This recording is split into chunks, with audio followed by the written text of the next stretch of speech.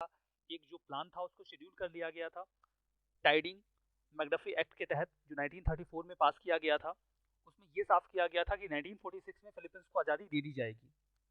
उसके बाद 1935 में फिलीपींस को टेरिटोरियल स्टेटस भी दे दिया गया, मतलब उन्हें कुछ अधिकार दे दिए गए।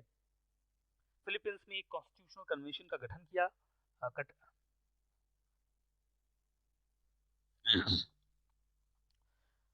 फिलीपींस में एक कॉन्स्टिट्यूशनल कन्वेंशन का गठन किया गया, जिसने फिलीपींस के लिए एक नए संविधान का निर्माण भी किया।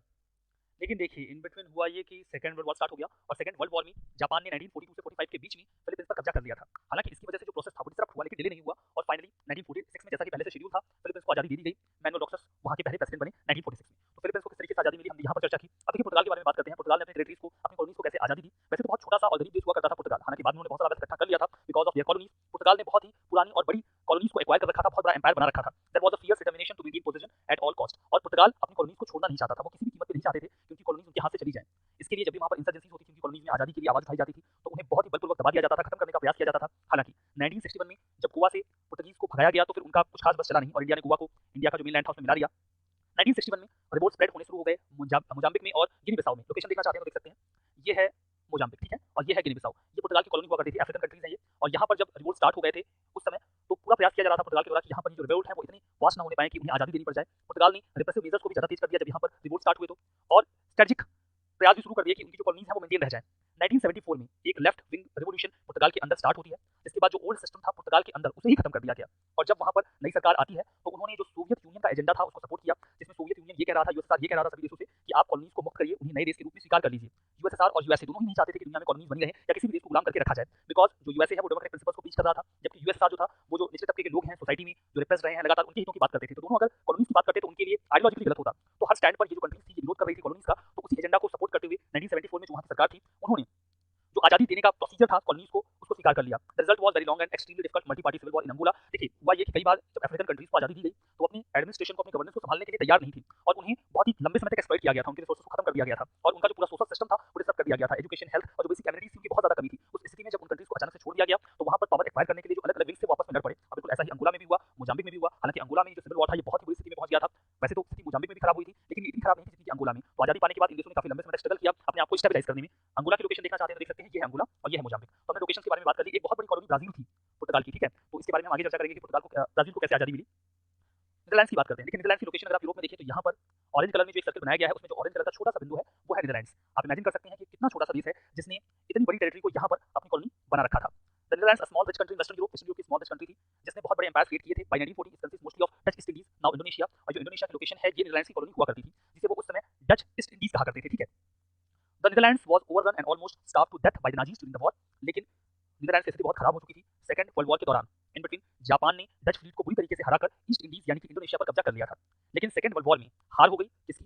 जापान की भी हार हुई और जर्मनी की भी हार हुई। लेकिन नीदरलैंड्स दोबारा इन टेरिटरीज को एक्वायर नहीं कर पाया। उन्होंने इसके लिए कई सारे प्रयास किए लेकिन उन्हें सफलता नहीं मिली।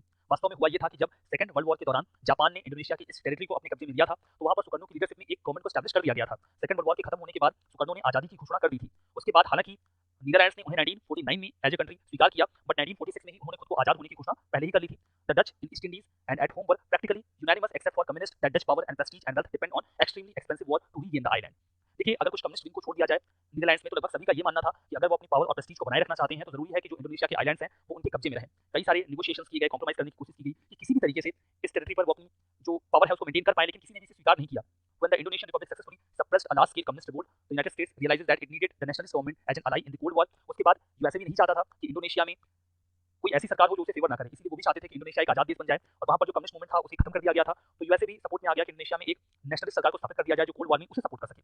Dutch position was an obstacle to American cold war goals, और अगर नीदरलैंड्स का वहां पे कब्जा रहता, डच पोजीशन रहता, तो फिर ये कोल्ड वॉर में यूएसए के हितों के खिलाफ था। इसीलिए यूएसए भी लगातार प्रेशराइज कर रहा था नीदरलैंड्स को कि इंडोनेशिया को पूरी आजादी दे दी जाए। काफी लंबे समय के वॉर के बाद अल्टीमेटली सुकर्णो ने जो डच प्रॉपर्टीज थी उनको अपने कब्जे में ले लिया, सीज कर दिया, और वहां के जो डच कम्युनिटी के लोग थे उनको देश छोड़कर जाने को कह दिया, और उन लोगों को भी देश छोड़ने का आदेश दे दिया गया जो लोग डच पोजीशन को एसेस कर रहे थे या फिर उनकी मदद कर रहे थे। तो इस तरीके से जो इंडोनेशिया था उसने भी खुद को आजाद कर लिया। अब अफ्रीका में डीकोलोनाइजेशन के बारे में बात करते हैं। देखिए अफ्रीका में बहुत सारी कंट्रीज हैं, कौन सा देश कब आजाद हुआ ये याद रखना आपके लिए जरूरी नहीं है और आपको बहुत मुश्किल भी हो जाएगी याद रखने में। तो थोड़ा सा एक जनरल सा जो पूरा ओवरव्यू है वो आप अपने पास रखिए ताकि आप जो क्वेश्चन है उसे टैकल कर पाएं। कोलोनाइजेशन का प्रोसेस आपको पता है, अगर आपको क्वेश्चन लिखने को मिल जाए जैसा कि एक बार यूपीएससी पूछ चुकी है कि डीकोलोनाइजेशन अफ्रीका का कैसे हुआ, तो पहले आप बता सकते हैं कि कैसे जो यूरोपियन पावर्स थे वो अफ्रीका में आते हैं और अफ्रीका के ज्यादा से ज्यादा हिस्से को अपने कब्जे में रखने का प्रयास करते हैं, वहां के रिसोर्सेज को एक्सप्लॉइट किया जाता है, स्थिति को बहुत खराब कर दिया जाता है, और फिर आप बताएंगे कि ऐसी कौन सी परिस्थितियां तैयार हो गई जिन्हें अफ्रीका को डीकोलोनाइज करना पड़ा। अफ्रीका के जो कंट्रीज थी उनको छोड़ना पड़ा इन यूरोपियन पावर्स को। तो ये जो पूरा प्रोसेस आप अच्छे से समझ चुके हैं, आपने डीकोलोनाइजेशन के कारण समझ लिए हैं, इसके बाद मैं आपको इसके कंसीक्वेंसेस भी बता दूंगा, उसके बाद क्या हुआ वो भी हम डिस्कस कर लेंगे। तो इन सभी चीजों को मिलाकर आप अपना आंसर फ्रेम कर पाएंगे। तो आपसे अफ्रीका के डीकोलोनाइजेशन के बारे में बात की जाएगी, तो पहले वहां पर यूरोपियन पावर्स कैसे आ रही हैं आप एक ब्रीफ ओवरव्यू दे देंगे, कारण क्या थे, फिर ऐसी कौन सी परिस्थितियां बनी जिन्हें अफ्रीका को डीकोलोनाइज करना पड़ा और बाद में उसके कंसीक्वेंसेस क्या हुए। आप इतनी सारी बातें लिख देंगे, आपका आंसर कंप्लीट हो जाएगा, जिन पर हम ऑलरेडी चर्चा कर रहे हैं और कर चुके हैं।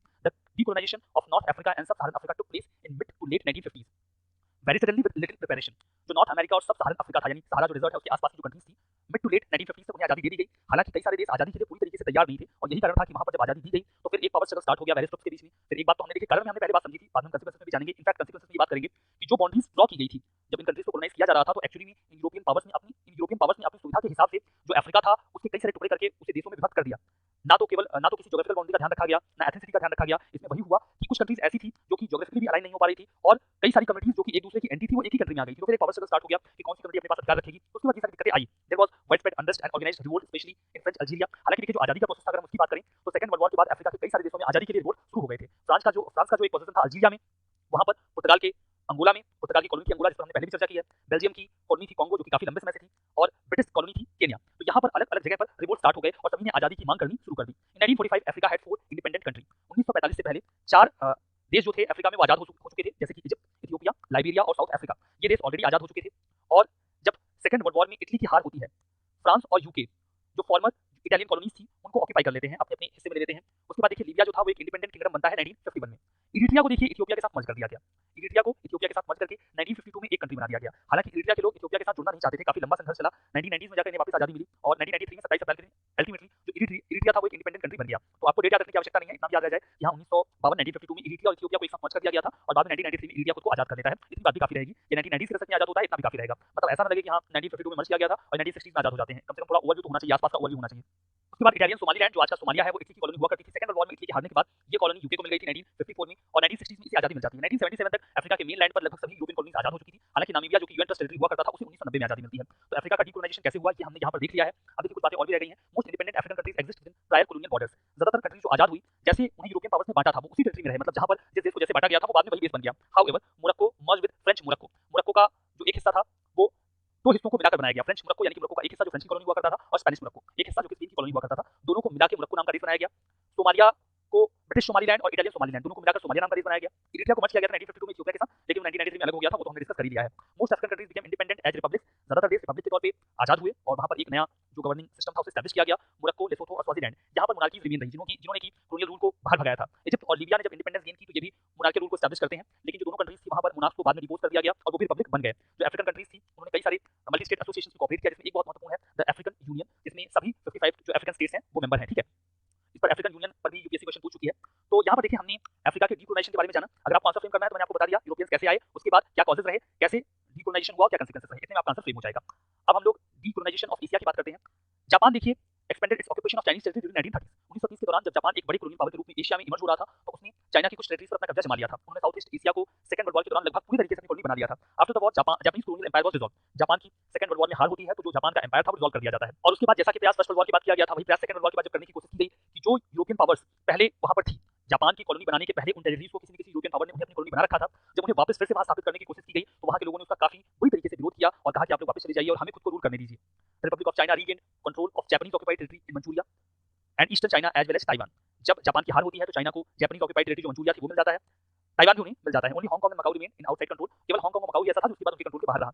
Allied powers divided Korea into 2 occupation zone. हालांकि अलाइड पावर्स ने कोरिया को दो हिस्सों में बांट लिया, नॉर्दर्न कोरिया जहां पर कम्युनिस्ट गवर्नमेंट को एस्टैब्लिश किया गया, सदर्न कोरिया साउथ कोरिया जहां पर एक डेमोक्रेटिक फॉर्म ऑफ गवर्नमेंट को एस्टैब्लिश किया गया, जो आज भी नॉर्थ कोरिया और साउथ कोरिया के रूप में है। और कुछ लोग ऐसी उम्मीद करते हैं कि भविष्य में ये दोनों कोरिया एक हो जाएंगे और कोरिया रिपब्लिक नाम का कोई एक नया देश हमारे सामने आएगा जहां पर लोग अच्छे तरीके से जीवन यापन कर पाएंगे, वहां पर शांति रहेगी। Philippines became independent of US in 1946। Philippines USA के कंट्रोल से 1946 में आजाद हुआ, ये तो हमने सबसे पहले डिस्कस किया था। Netherlands recognised Indonesia independence 1949। मैंने आपको बताया यूरोप ने 1946 में खुद को फ्री डिक्लेयर कर दिया था, बट नीदरलैंड्स ने 1949 में स्वीकार कर दिया कि हाँ ये आजाद है। 4 साल के इंडिपेंडेंस स्ट्रगल के बाद और इंडिया 1947 में आजाद होता है 15 अगस्त के दिन। ये तो आप लोग बहुत अच्छे तरीके से जानते हैं और इसे आप मॉडर्न इंडिया में डिटेल में पढ़ते भी हैं। तो इस तरीके से हमने देखा कि एशिया में जो कंट्रीज थी उन्होंने कैसे आजादी पाई। तो एक बार वो डीकोलोनाइजेशन अफ्रीका पूछ चुके हैं, मलाया पेनिनसुला पूछ चुके हैं, वो एशिया पूछ सकते हैं, दुनिया का अन्य हिस्सा भी पूछ सकते हैं। बेसिक कॉन्सेप्ट आपके पास है, अब मुझे लगता है आप आंसर फ्रेम कर लेंगे। अब एक टॉपिक और हम यहाँ डिस्कस कर लेते हैं, डीकोलोनाइजेशन ऑफ मलाया पेनिनसुला। इस पर यूपीएससी क्वेश्चन पूछ चुकी है। देखिए एरिया कंटेंस, पहले तो आप ये जान लीजिए कि मलाया पेनिनसुला में कौन-कौन से देश आ जाते हैं। अगर आपको ये बेसिक इन्फॉर्मेशन नहीं रहेगी तो आप आंसर में कुछ गड़बड़ी जरूर कर देंगे। तो जो मलाया पेनिनसुला वो लैंड मास होता है जो तीन तरफ से पानी से घिरा होता है। तो यहाँ पर जो येलो कलर आपको दिख रहा है ये मलाया पेनिनसुला है, यहाँ से आप ले लीजिए और ये तीन तरीके से देखिए पानी से घिरा हुआ है। यहाँ पर अंडमान सी है और यहाँ पर साउथ चाइना सी है। ठीक है, तो इसमें कौन से देश आते हैं आप ये भी जान लीजिए। ये देखिए ये जो लाइन आप यहाँ पर देख रहे हैं, ये बाउंड्री जो येलो कलर को टच कर रही है, यहाँ से अगर आप इवैल्यूएट करें तो ये म्यांमार का हिस्सा है। यानी कि जो म्यांमार का सदर्न हिस्सा है वो मलाया पेनिनसुला को टच करता है, यानी कि म्यांमार भी मलाया पेनिनसुला का हिस्सा है। थाईलैंड को भी आप देख सकते हैं, थाईलैंड जो है वो भी मलाया पेनिनसुला का पार्ट है, और मलेशिया का तो एक बहुत बड़ा हिस्सा मलाया पेनिनसुला में ही आता है, और यहाँ पर सिंगापुर भी है। तो टोटल 4 ऐसे देश हैं जो मलाया पेनिनसुला में आ जाते हैं, यानी कि म्यांमार, थाईलैंड, मलेशिया और सिंगापुर। तो ये 4 देश मलाया पेनिनसुला का हिस्सा है। इनकी पॉपुलेशन मेजरली मलायाज है, या फिर चाइनीज या इंडियंस भी बहुत माइनॉरिटीज में वहाँ पर हैं, जिन्हें ब्रिटिशर्स काम करवाने के लिए खेतों में या प्लांटेशन में काम करवाने के लिए लेकर गए थे, ये वही लोग हैं वहाँ पर, ठीक है। अब देखिए, तो ब्रिटिशर्स मलेशिया में कब गए? 1700 के आसपास जो ब्रिटिशर्स थे वो मलेशिया के इस लोकेशन पर या मलाया पेनिनसुला पर जाना शुरू कर देते हैं, और 1800 के आसपास जो ब्रिटिश ईस्ट इंडिया कंपनी थी उसने पार्टली इस पूरी लोकेशन को अपने कंट्रोल में ले लिया था। At that time they begin looking for a base in Malaya. उस समय देखिए वो चाहते थे कि मलाया पेनिनसुला पर उनका कोई बेस हो। कारण ये था कि इन 1786, पहले बात कर लेते हैं फिर हम कारण पर चर्चा करते हैं। 1786 the British under Sir Francis Light occupied Penang and founded George Town, and in 1800 they there was a province Wellesley. तो अगर आप इन प्रोविंसेस की लोकेशन देखना चाहते हैं तो यहाँ पर देख सकते हैं, ये जो एरो बना के आपको दिखाया गया है, ये जो लोकेशन है, ये जॉर्ज टाउन और पेनांग की जो लोकेशन है वो यहाँ पर मैप में शो की गई है, ठीक है। इतना जरूरी नहीं है लोकेशन जानना, बट फिर भी आपको जनरल से पिक्चर बन जाए इसलिए मैंने आपको यहाँ दिखा दिया है। तो कारण क्या था, आखिर मलाया पेनिनसुला की इस लोकेशन पर वो क्यों अट्रैक्ट हुए, वो क्यों वहाँ जाना चाहते थे? बहुत ही सिंपल सी बात है, दुनिया के किसी भी ऐसे हिस्से पे जाना चाहते थे जहाँ से उन्हें कुछ भी रिसोर्स मिल जाए। तो ये तो बहुत सामान्य सा कारण है। अपार्ट फ्रॉम दैट, जो ब्रिटिशर्स का ट्रेड था वो चाइना के साथ काफी बढ़ने लगा था, और ब्रिटिश शिप्स के लिए जरूरी था कि वो एक ऐसी जगह पर पहुंच जाएं जहां पर उनके पास एक प्रॉपर अच्छा सा बेस हो। मैंने आपको बताया था जब हम चाइना की बात कर रहे थे कि चाइना को कैसे कोलोनाइज किया गया था। चाइना शुरू में सेकुलरिज्म की पॉलिसी अपनाता था, बहुत ओपन करता नहीं था अपने ट्रेड को। तो इन कंपनीज के लिए जरूरी था कि इनके पास बाहर भी एक बेस हो जिसको आधार बना के वो चाइना में ट्रेड कर सकें। तो फिर इसीलिए उन्होंने मलाया पेनिनसुला को अपने बेस के तौर पर डेवलप करना शुरू किया, वहां की टेरिटरीज को एक्वायर करना शुरू कर दिया। During the British rule of Malaysia, Chinese labourers came to Malaya as miners, और जब चाइना पर उनका कब्जा हो गया तो चाइनीज लेबरर्स को मलेशिया लेकर आते थे जब वो छोटे होते थे, व्यापारी के तौर पे, प्लांटर्स के तौर पे, उसके बाद उनसे काम करवाया जाता था। जैसे सब साधारण अफ्रीका के लोगों को अमेरिका स्लेव के तौर पे लेके जाया जाता था, वैसे ही इंडिया और चाइना के लोगों को इस लोकेशन में ले जाके काम करवाया जाता था। हालांकि स्थिति उतनी बुरी नहीं थी, बिकॉज स्लेवरी को दुनिया के अन्य हिस्सों में अबॉलिश कर दिया गया था। तो जब इन लोगों को वहां पे लेके जाया जाता था तो जॉब की पर्सपेक्टिव से लेकर जाते थे, प्रॉपर एग्रीमेंट साइन कर लेते थे कि आपको इतने समय तक काम करना है। बट जो लोग वहां पे जाते थे उनके लिए वापस आना बहुत मुश्किल हो जाता था। उनकी स्थिति स्लेव से जितनी बुरी तो नहीं थी, बट मोर एंड लेस काफी बुरी हुआ करती थी। One thing the British in Malaya did successfully was they believe that Malaya must be protected from economic and cultural change. यहाँ पर ब्रिटिशर्स ने एक बात का ध्यान रखा कि उन्होंने वहां के इकोनॉमिक या कल्चरल पर्सपेक्टिव में या सिनेरियो में इंटरवीन करने की कोशिश नहीं की। शायद उन्होंने इंडिया से कोई सीख ली होगी, बिकॉज इंडिया उनकी बहुत बड़ी कॉलोनी थी, और यहाँ पर जब उन्होंने कल्चरल चेंजेस स्टार्ट किए तो लोगों ने उनका विरोध शुरू कर दिया था। इसलिए उन्होंने उस लोकेशन को सिर्फ एक्सप्लॉइट किया जिस तरीके से वो एक्सप्लॉइट कर सकते थे, वहां पर उन्होंने इकोनॉमिक सिस्टम में या फिर कल्चरल चेंजेस को डेवलप करने की कोशिश नहीं की। तो देखिए, during world war second Malaya was overrun by Japanese troops. ये जो मलाया पेनिनसुला था यहाँ पर जापान ने अपना कब्जा जमा लिया, और जब जापान सेकंड वर्ल्ड वॉर में हार गया, the British had to put down a communist insurgency in the peninsula. तो वहां पर एक कम्युनिस्ट इंसर्जेंसी शुरू हो गई। ब्रिटिशर्स को काफी स्ट्रगल करना पड़ा इस कम्युनिस्ट इंसर्जेंसी को मलाया पेनिनसुला में रोकने के लिए, खत्म करने के लिए। With increasing anti colonialism the British found it pertinent as well as convenient to hand over the rein of power to indigenous Malaya. अब देखिए, जो एंटी कोलोनियलिज्म की एक वेव चल गई थी कि हमें आजाद होना है, आप हमें छोड़ दीजिए, हमारे हाल पर हम देख लेंगे हमें कैसे खुद को गवर्न करना है। तो फिर ब्रिटिशर्स को भी ऐसा लगा छोड़ दो इनको, ये जैसे खुद को गवर्न करना चाहते हैं ये कर ले। देखिए यहाँ पर एक बात अच्छी है कि ब्रिटिशर्स ने जब देखा कि हाँ अब उनके लिए मुश्किल हो रहा है कॉलोनीज को डील करना, तो उन्होंने कॉलोनीज को छोड़ दिया। बाकी जो कंट्रीज थी उन्होंने काफी जद्दोजहद की कि उनकी कॉलोनीज उनके पास ही रहे, हालांकि छोड़ना तो सबको पड़ा, बट ब्रिटिशर्स आसानी से छोड़ देते थे। यहाँ पर देखिए बिल्कुल सिंपल एग्जांपल है, जब मलाया पेनिनसुला में लग गया कि नहीं अब उनके लिए बड़ा मुश्किल है कि वो इसे मेंटेन कर पाए, तो उन्होंने छोड़ दिया। इंडिया के साथ भी ऐसा ही था, इंडिया को भी उन्हें लग गया जब इंडिया को कॉलोनी के तौर पर डील करना मुश्किल होगा तो उन्होंने इंडिया को भी छोड़ दिया। बाकी जो कंट्रीज थी फ्रेंच, पुर्तगीज, स्पेनिश, वो अपनी टेरिटरीज को छोड़ना नहीं चाहते थे। Malaya got its independence from British on August 31 1957। 1957 को जो मलाया पेनिनसुला था उसको आजादी मिल गई, वहां के जो देश थे वो आजाद हो गए। हालांकि उसके बाद एक कन्फेडरेशन तैयार किया गया था, उस पर मैं आपको बता देता हूं। तो इंपैक्ट की हम बात करते हैं कि जब ब्रिटिशर्स ने इस पूरी लोकेशन को मलाया पेनिनसुला को छोड़ दिया उसके बाद क्या हुआ। Moreover the Malayan government policies of preferential treatment to indigenous Malays increased social tension in the region. जो वहां के इंडिजिनियस लोग थे जिनको प्राथमिकता दी जाने लगी, तो चूंकि वहां पर कॉलोनियल रूल के दौरान चाइना और इंडिया से बहुत बड़ी संख्या जा चुकी थी, तो फिर जब वहां के लोकल लोगों को प्रेफरेंस दिया जाने लगा तो फिर सोशल टेंशन स्टार्ट हो गए। तो ये एक इंपैक्ट हुआ। दूसरा, पोस्ट ब्रिटिश एग्जिट के बाद वहां पर एक मलेशियन फेडरेशन का निर्माण किया गया था, जिसमें ये जो मलेशिया की लोकेशन है वो थी जिसे आप ब्रिटिश मलय बोल सकते हैं, नॉर्थ बोर्नियो एंड सारावॉक। तो देखिए बोर्नियो तो देश है, और जो सारावॉक और सबा है वो मलेशिया की ही कुछ लोकेशंस हुआ करती थी, और सिंगापुर। इन सभी लोगों ने मिलाकर एक फेडरेशन का निर्माण किया 1963 में। हालांकि ये फेडरेशन बहुत दिन तक चला नहीं, और अपने अलग अलग इश्यूज के बाद ये अलग होना शुरू हो गए। सिंगापुर ने भी खुद को पॉलिटिकल और इकोनॉमिक डिफरेंसेस की वजह से अलग कर लिया। तो इस फेडरेशन का निर्माण किया गया बाद में, जो कि असफल रहा। Apart from use of world war two के दौरान इस पूरे पेनिनसुला को बहुत बुरी तरीके से बर्बाद किया गया था जापानीज ट्रूप्स के द्वारा। उसके पहले का जो एक्सप्लॉयटेशन था वो तो किया ही गया था। उसे डील करने के साथ साथ मलाया पेनिनसुला में ब्रिटिशर्स के जाने के बाद सोशल टेंशन, इकोनॉमिक इश्यूज और कम्युनिस्ट इंसर्जेंसी, इसे भी वहां की सरकार को डील करना पड़ा। तो यहाँ पर मलाया पेनिनसुला की जो डीकोलोनाइजेशन का प्रोसेस था उसको हमने डिस्कस किया। अगर ये क्वेश्चन आपके सामने आता है, आई होप आप इसे डील कर पाएंगे। अब देखते हैं कि कल्चरल, इकोनॉमिक और पॉलिटिकल इंपैक्ट क्या हुआ डीकोलोनाइजेशन का। देखिए, कॉलोनियल रूल के दौरान बहुत ही आर्बिट्री नेचुरल बाउंड्रीज को क्रिएट कर दिया गया था, जहां पर एथनिक और लिंग्विस्टिक ग्रुप्स जिनके नेचुरल फीचर्स अलग अलग हुआ करते थे, जो अलग अलग भाषाएं बोलते थे, अलग अलग तरीके से जीवन यापन करते थे, उन्हें एक साथ इकट्ठा कर दिया था यूरोपियंस ने अपनी सुविधा के अनुसार। ज्योग्राफिकल बाउंड्रीज का भी ध्यान नहीं दिया गया था। तो जब इन्हें बाद में देश के तौर पे स्वीकार कर लिया गया, तो वहां पर ज्योग्राफिक, लिंग्विस्टिक, एथनिक या पॉलिटिकल एफिनिटी की बहुत कमी थी। वो ना तो राजनीतिक तौर पे, ना ज्योग्राफिकली, ना भाषा के आधार पे, और ना ही राजनीतिक तौर पे एक थे। तो जो टेंशन उसके बाद क्रिएट हुई वो कई बार सिविल वॉर में कन्वर्ट हो गई, और बहुत सारे लोगों को कई बार अपनी जान गंवानी पड़ी इन सिविल वॉर्स में। तो ब्रिटिशर्स ने बहुत बुरी स्थिति में छोड़ा, या फिर जो अदर कॉलोनियल पावर्स थी, पुर्तगाल, स्पेन, इन लोगों ने जब भी अपनी कॉलोनीज को छोड़ा तो बहुत ज़्यादा एक्सप्लॉइट करके छोड़ा और उसका जो बुरा प्रभाव था उन्होंने बहुत लंबे समय तक झेला, इंक्लूडिंग इंडिया। इंडिया अभी भी उसे बियर कर रहा है। तो देखिए, इन देशों के आज़ाद होने के बाद इन देशों को अपने अपने खेमे में शामिल करने के लिए कोल्ड वॉर के दौरान खींचातानी शुरू हो गई। यूएसए चाहता था कि ये उनके खेमे में चले जाएं, जबकि यूएसएसआर चाहता था कि ये कंट्रीज सोशलिस्ट हो जाएं। उनमें से कुछ देशों ने कैपिटलिज्म को स्वीकार कर लिया, जैसे कि मलेशिया, इंडोनेशिया, और कुछ देशों ने सोशलिज्म को स्वीकार कर लिया, जैसे कि इंडिया और इजिप्ट। अब देखिए, सोशलिज्म जो इंडिया का था एक्चुअली में वो डेमोक्रेटिक सोशलिज्म था, जहां पर डेमोक्रेसी के साथ साथ जो सोशलिस्ट प्रिंसिपल थे उनको स्वीकार किया गया था। तीसरी बात कि कुछ देश ऐसे थे जिन्होंने आज़ाद होने के बाद ना तो यूएसए और ना ही यूएसएसआर के खेमे में जाना पसंद किया, तो उन्होंने नैम मूवमेंट को स्वीकार कर लिया। इंडिया ने भी इसको लीड किया था। इसकी शुरुआत 1955 में हो गई थी। फॉर्मली 1963 में इसने एक स्वरूप एक्वायर किया, ले लिया, और कई सारे देशों ने इसमें अपनी मेंबरशिप को इंश्योर किया और उन्होंने कोल्ड वॉर से दूरी बना ली। इसके बाद देखिए, जब इन कंट्रीज को डीकोलोनाइज कर दिया गया तो एक नए तरीके का कोलोनियलिज्म स्टार्ट हो गया, जिसे हम नियो कोलोनियलिज्म कहते हैं।